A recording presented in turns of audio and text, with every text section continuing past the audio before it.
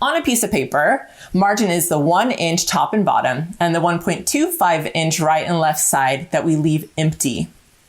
In finance, margin often refers to the difference between the seller's cost for acquiring products and the selling price.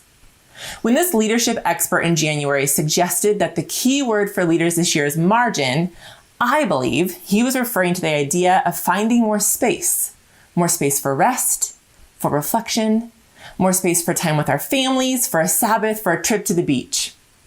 With this meaning in mind, margin is where we find space to breathe when we feel as though we're going to suffocate. In short, margin is space.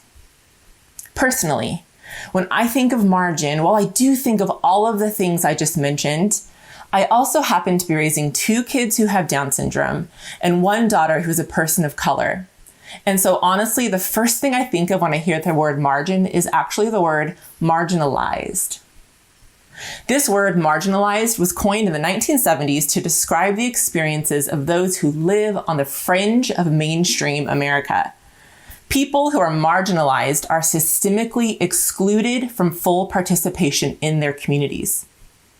In other words, they are forced into the margins, not given an equitable space in our society.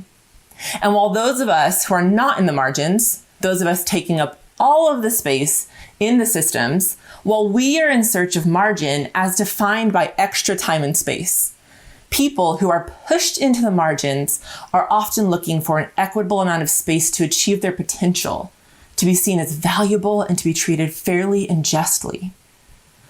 Another way to think about it, people in search of margin in their busy lives are trying to figure out how to say no to too many opportunities, whereas those who are marginalized are often trying to find opportunity to thrive.